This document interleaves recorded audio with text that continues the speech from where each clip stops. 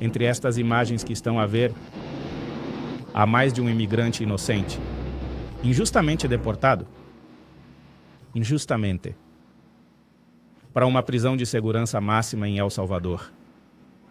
O pior é que, neste momento, pode mesmo acontecer que a grande maioria das pessoas que estão a ver sejam imigrantes que estavam apenas a trabalhar e não eram membros do chamado comboio de Aragua.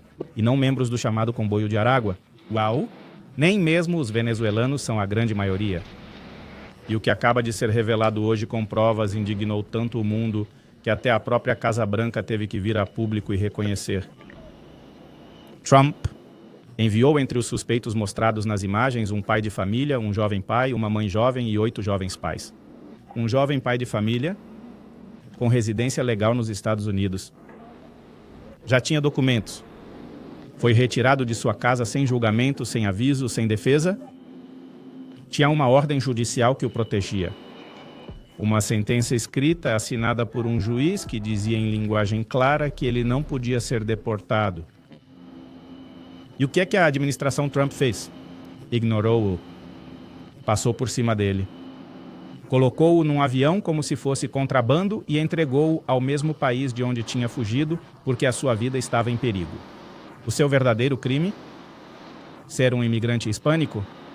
Ser um homem de pele castanha num sistema que o classifica como suspeito. E é por isso. Eles nem sequer o acusaram de nada. Não havia provas. Não houve acusações. Não houve julgamento. Nenhum julgamento, nada. Apenas preconceito disfarçado de operação. O governo desconsiderou a ordem judicial. Uma ordem judicial não tem valor se a pessoa protegida for de cor ou idioma diferente. Ou falasse espanhol. Esta é a história de Quilmar Armando Ábrego Garcia.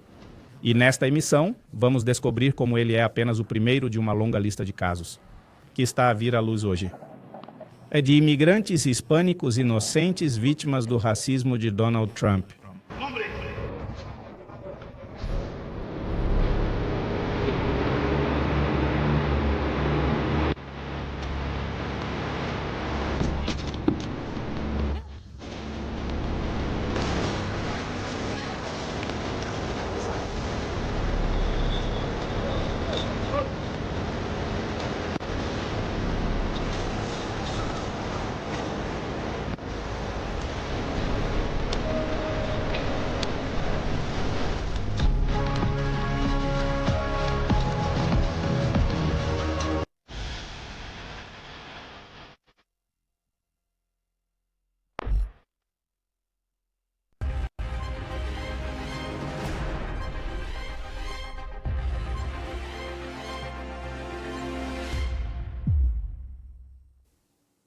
O que vamos falar hoje parece uma verdadeira história de terror, especialmente se for um imigrante como eu.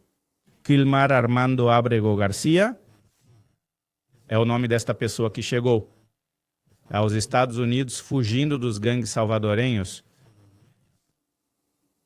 dos gangues que o acusaram a ele e a sua família, e que o marcaram para desaparecer. Fugiu com o pouco que tinha e pediu proteção a um juiz nos Estados Unidos. O juiz concedeu-lhe proteção, mas primeiro o juiz americano verificou que ele não tinha registro criminal. Deram-lhe uma autorização de residência, ele vivia nos Estados Unidos com a sua mulher, trabalhava legalmente. Por outras palavras, não estamos a falar, meus amigos, de um desses supostos casos, de que falávamos há poucos dias e de que eu vos falava. Deus nos livre, que entre essas pessoas que estão a ser mostradas no vídeo, haja alguém inocente, que haja alguém inocente porque seria horrível saber isso. Tínhamos suspeitas, mencionamos antes, e as suspeitas de... Mencionamos aqui as suspeitas do pior. Porque, infelizmente, meus amigos, já está a vir à luz. Já temos as primeiras provas, Donald Trump não o pode negar. Porque nesta altura, como vamos ver, eles já tiveram de vir a público para reconhecer este erro porque não tinham outra hipótese. O mais chocante, meus amigos, são duas coisas. É a forma como foi descoberto. E agora que a fossa do que Trump fez está a ser descoberta, uma lista enorme de pessoas que também estão por aí, alegadamente acusadas falsamente.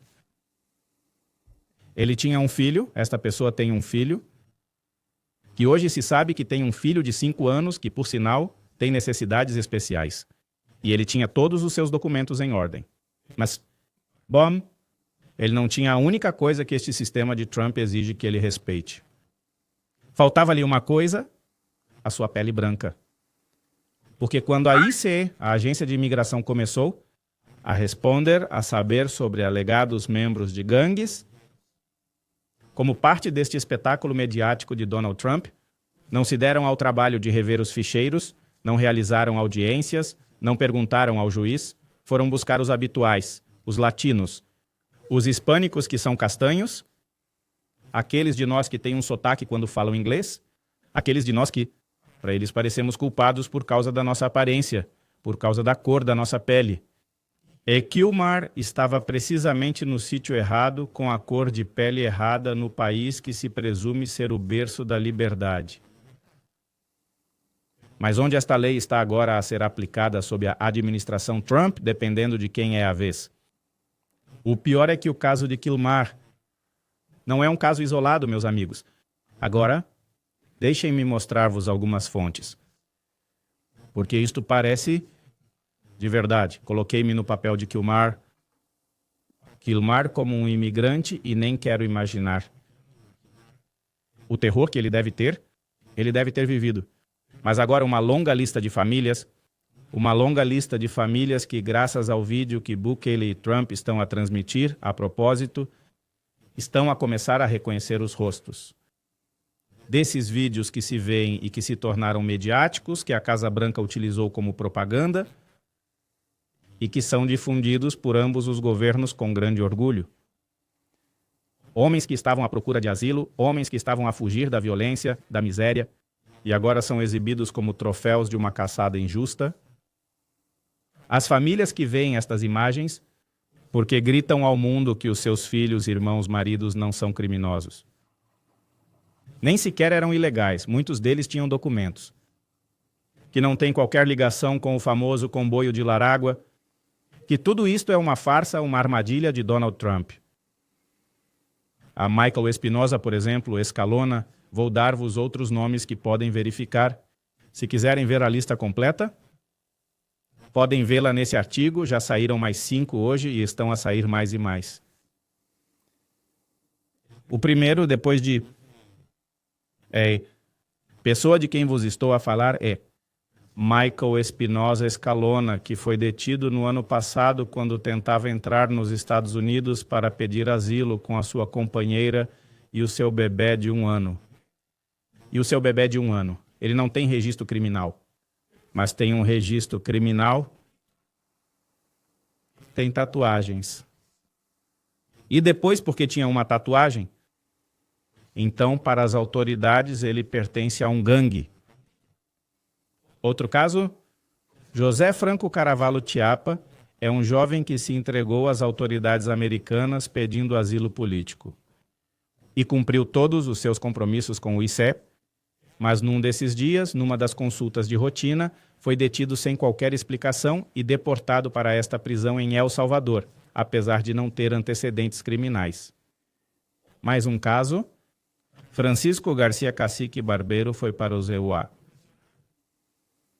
O seu pai, que foi para os Estados Unidos na mesma, a sua família reconhece-o precisamente graças a estes vídeos que estão a ser difundidos em...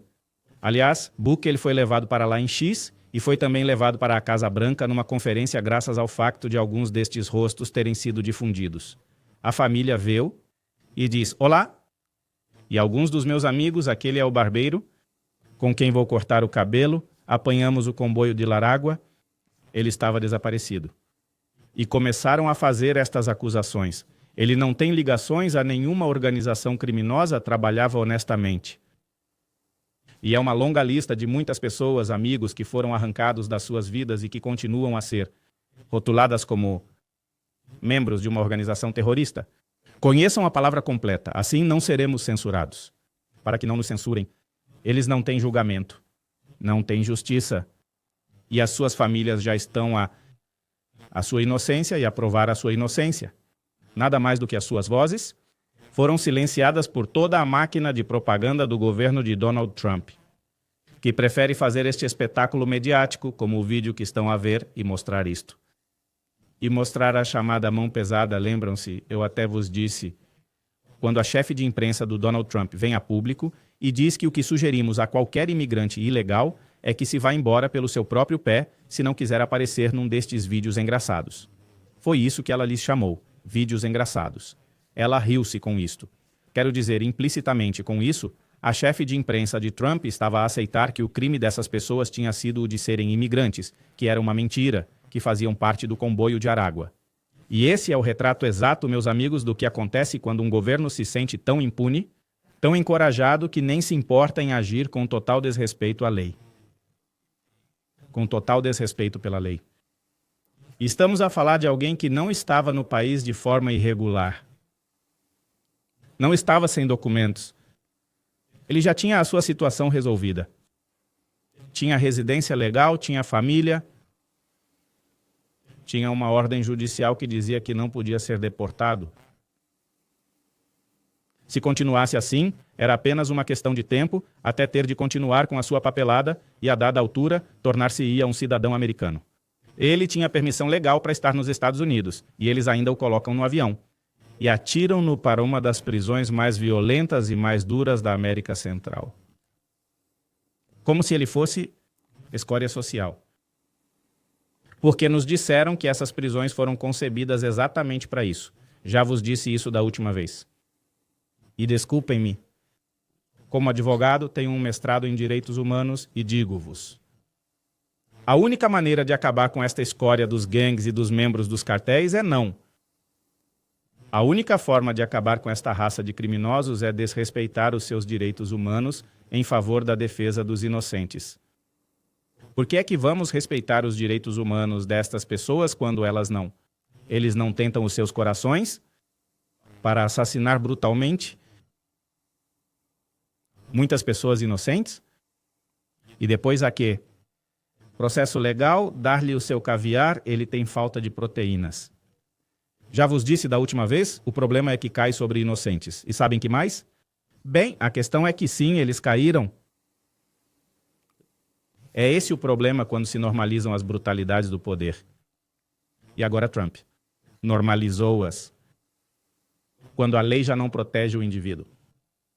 Quando se torna uma arma contra os imigrantes, porque ele pode dizer que foi um erro administrativo, como podem ver que ele está a reconhecer. Diz que foi um problema de coordenação, que alguém se enganou com um pedaço de papel. O problema é que não se trata apenas de um caso. Estão a ser lançados nomes e nomes e nomes e nomes. Agora não nos podem tratar como idiotas. Não é possível que um residente legal com uma ordem judicial ativa e acabe deportado para um país de onde fugiu.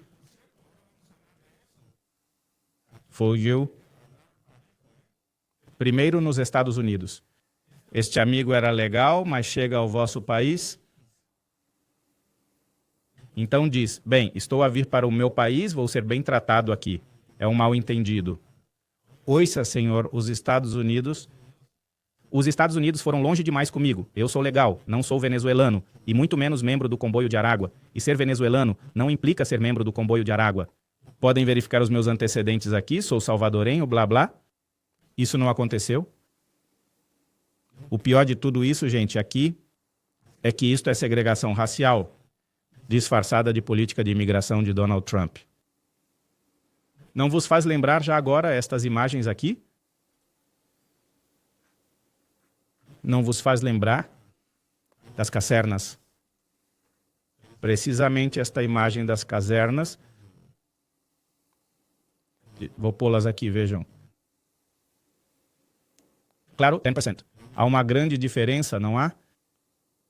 Há uma grande diferença entre estas cabanas e as que estão ao fundo. Mas e se eu vos disser que muitos dos que lá estão são imigrantes inocentes que estão condenados a viver nestas condições? É que isto é como era uma vez, plantava tomates no México. Esse é o truque do agricultor. O truque do agricultor é descascá-lo. Eles põem o tomate mais bonito em cima das taras e depois por baixo fica mexido. Primeiro e segundo. E aqui o que nós pensamos, meus amigos, é que claro que para a imagem põem os mais maus para que pareçam piores do que a carne de porco. Mas já estamos vendo uma longa lista de nomes dizendo que esses aviões não levam membros do comboio. Esses aviões não levam membros do comboio de Aragua, mas sim pessoas inocentes. É a segregação racial disfarçada de política de imigração de Donald Trump. Esse é o grande problema. É por isso que os magoa tanto. Que há algumas semanas o embaixador sul-africano em Washington, falamos sobre isso aqui, Ibrahim Rasool, acusou publicamente Trump de praticar políticas de supremacia branca. E não o fez a partir de uma conta anônima, disse-o frontalmente num evento oficial, com toda por ser autoridade de um país que viveu o apartheid e sabe precisamente como reconhecer o racismo institucional quando o vê. E o que fez a administração Trump? Refletiu? Não. Deportou-o. Expulsou o embaixador sul-africano. Declarou-o persona non grata nos Estados Unidos e retirou-o do país como se ele fosse o problema. Porque para Donald Trump, o que está realmente a incomodar a sua administração é que o acusam de racismo. Porque no fundo não se sentem à vontade com a verdade. É que os acusam com provas, e este jovem, Ábrego Garcia, é uma dessas provas. Foge de El Salvador porque os gangues o ameaçam a ele e a sua família. Chega aos Estados Unidos, eles procuram proteção. Obtém-na porque consegue provar que o que disse é verdade. Um juiz deu-lhe uma ordem judicial nos Estados Unidos que impediu a sua deportação. Por outras palavras, a justiça já se tinha pronunciado. Já tinha ficado claro que, se o devolvessem, o matariam. E, entretanto, em uma das operações, pegaram-no e colocaram-no no avião. E meteram-no no avião. E mandam-no diretamente para a prisão de alta segurança, onde o tratam pior. Como o pior dos criminosos. E mostram-no num vídeo da Casa Branca. Mandam-no para uma prisão. Com os piores gangues de El Salvador, de onde ele estava a fugir. A propósito, que ironia. Que irônico que El Salvador tenha feito isto a um salvadorenho inocente e não o proteger quando regressa ao seu território. Não foi libertado por autoridades salvadorenhos nem americanos, nem graças às autoridades norte-americanas. Foi graças à sua mulher.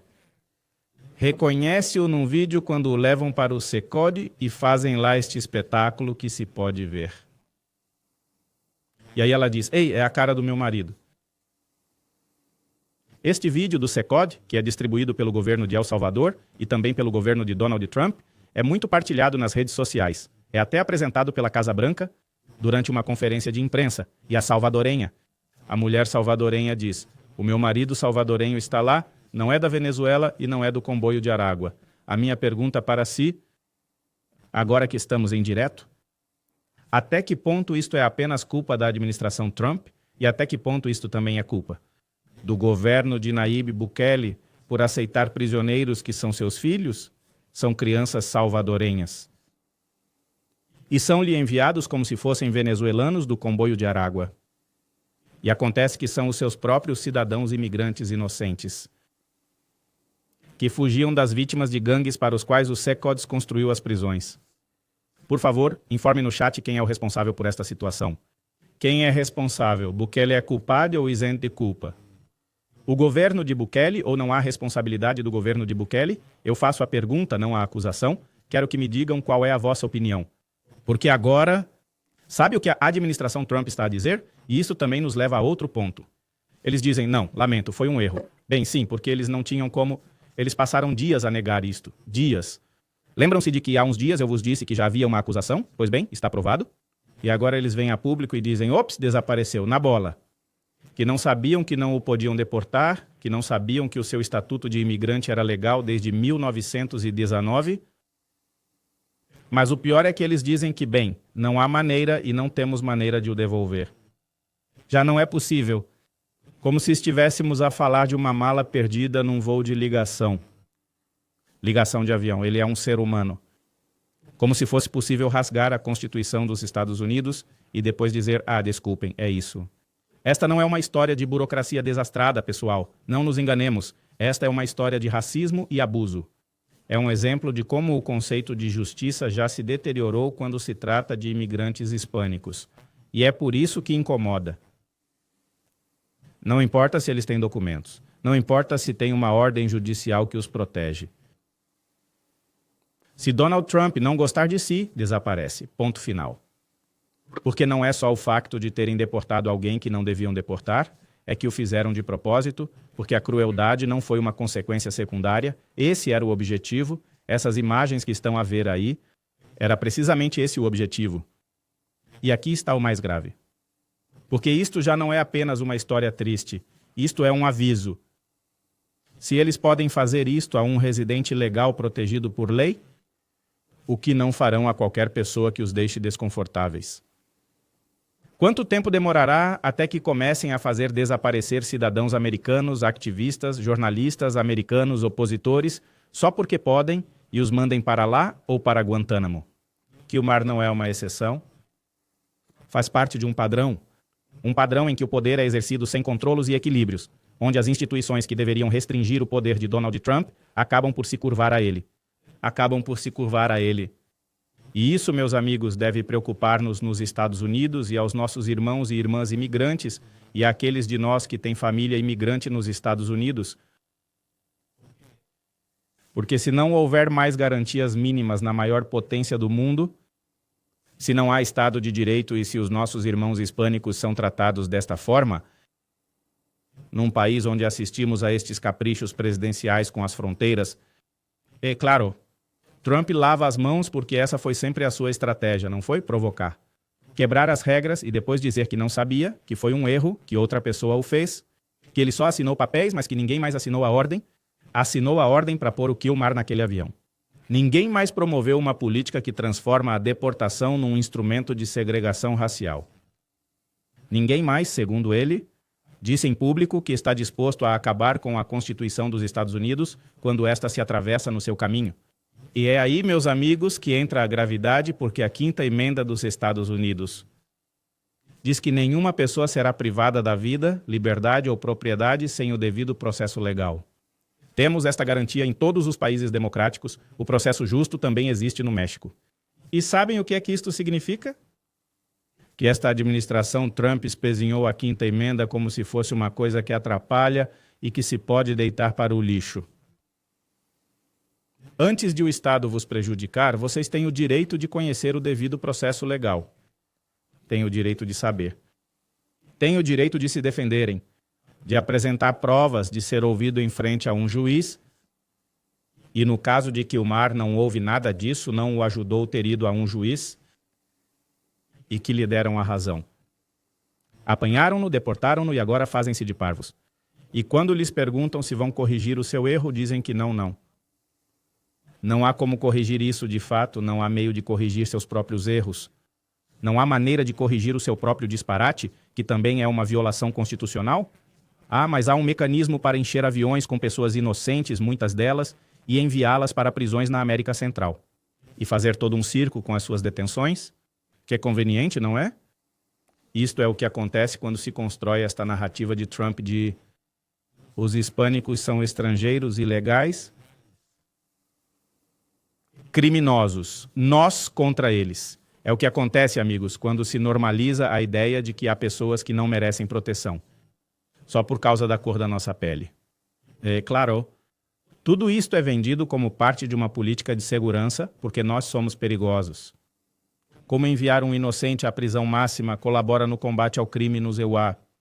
Sabem, eu disse-vos no outro dia, de acordo com os dados do próprio FBI, apenas 1% dos imigrantes têm registro criminal. 1%. E o que é ainda mais irritante é a indiferença, o desprezo.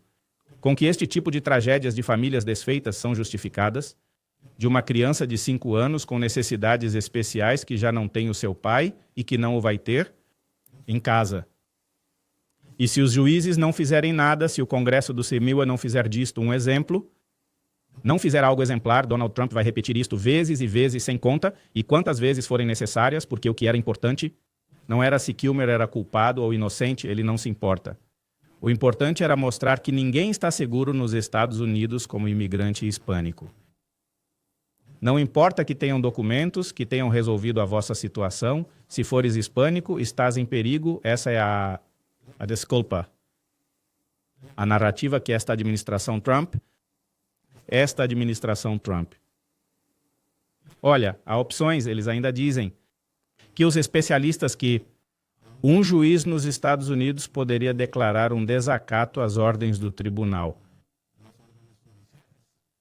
E por aqueles que assinaram a deportação, e isso poderia, de alguma forma, em teoria, forçar o governo a trazê-lo de volta. É possível.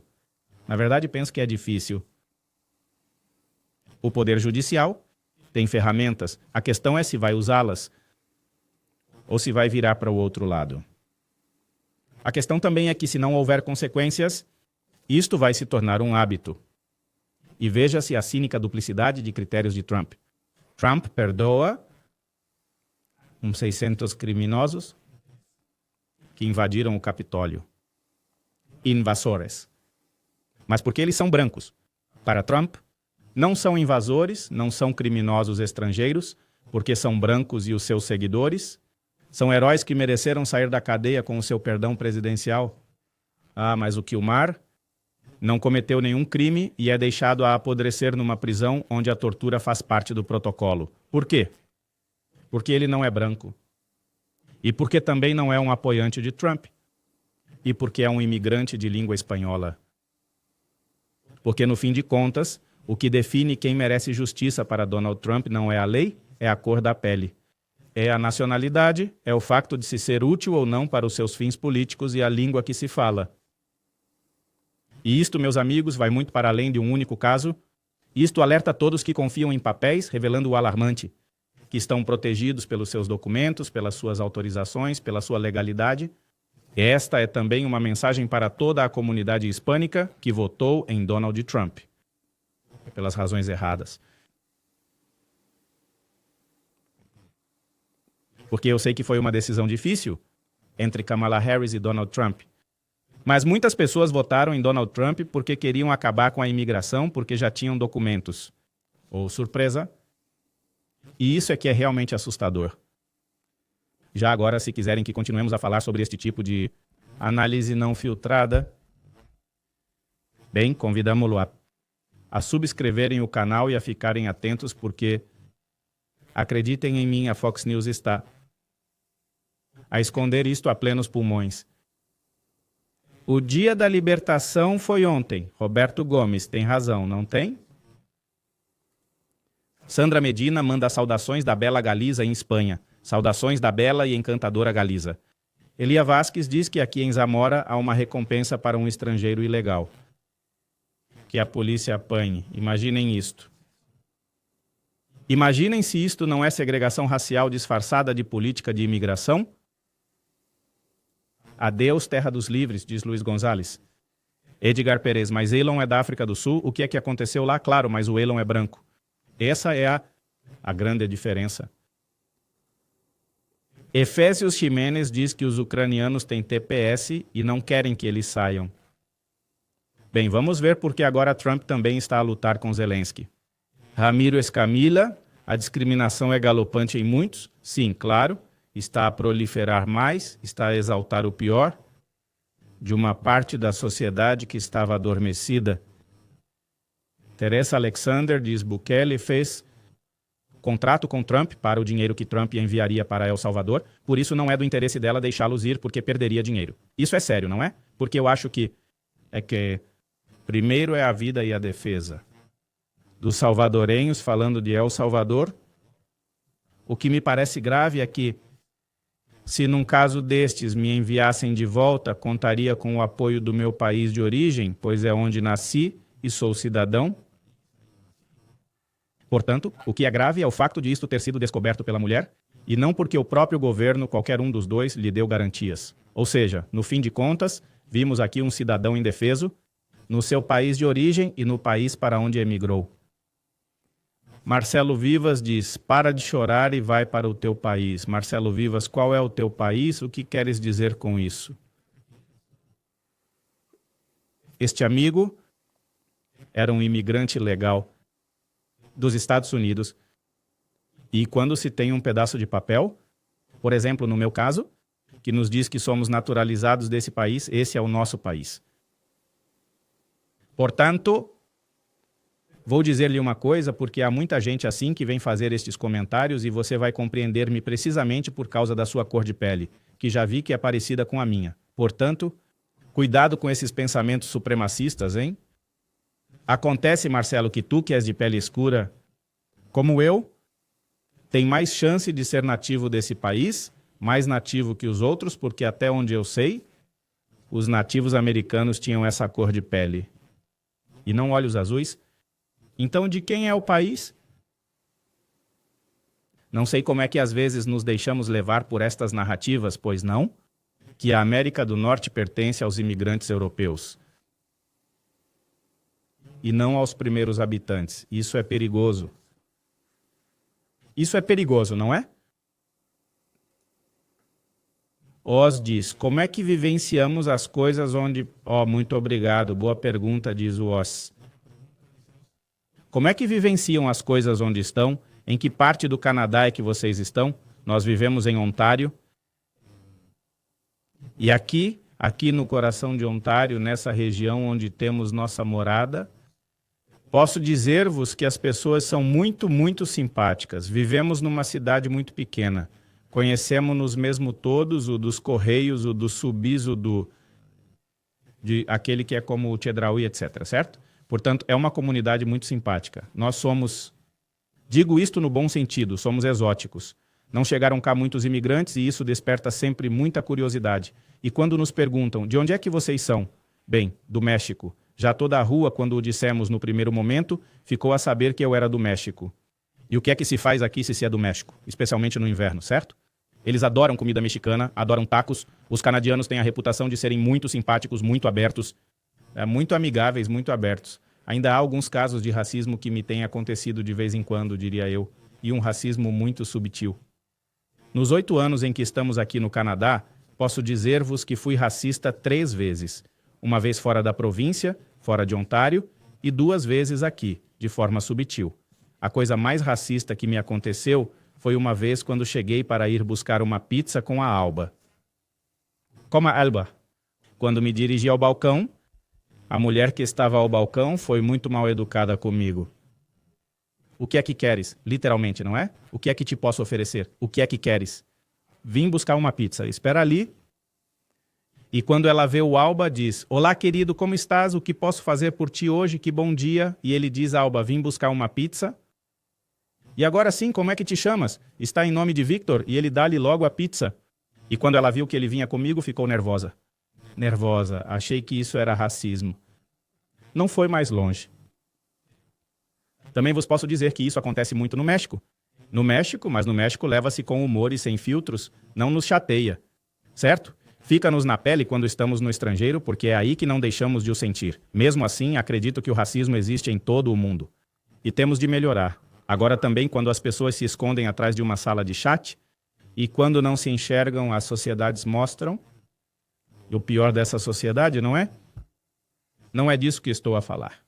E acho que esta é uma reflexão que deve permanecer, amigos, porque às vezes queixamo-nos muito do racismo e também temos de fazer uma introspeção para ver até que ponto também podemos ser racistas. Tal como nos Estados Unidos são racistas em relação aos mexicanos, os mexicanos são por vezes racistas em relação aos nossos irmãos de El Salvador ou da Guatemala ou da Venezuela, por exemplo. Há um grande estigma ligado aos nossos irmãos venezuelanos no México. Pelo menos no círculo de pessoas com quem falei uma vez, havia muito estigma. Por isso, penso que este problema do racismo está em todo o lado e que todos temos de refletir sobre isso, não é? Diz o nosso amigo ou amiga Capado Cips, diz que, sob este conceito de apropriação eurocêntrica, a Palestina e parte dos territórios estão a perder-se. E parte dos territórios. Sim. Diz Manuel Sanches, eu sou branco, orgulhosamente mexicano, e espero que essas pessoas perdidas encontrem o seu caminho. Bem, sim, bem, não importa a cor da vossa pele, pois não? Ninguém está isento, meus amigos, nesta altura da imigração. Nós somos produtos da imigração. Por isso, quando alguém diz, vai para o teu país, de que estás a falar? Todos nós fomos imigrantes em algum momento. Todos nós. A não ser que tu realmente, eu não sei. O teu apelido seja Quetzalcoatl, que não existia esse conceito de apelidos, pois não? Portanto, e se tiverem uma linha de descendência 100% direta lá de fora, não é assim que funciona. De qualquer modo, amigos, muito obrigado por se juntarem a esta emissão e fazerem esta reflexão matinal comigo e vemo-nos no próximo podcast.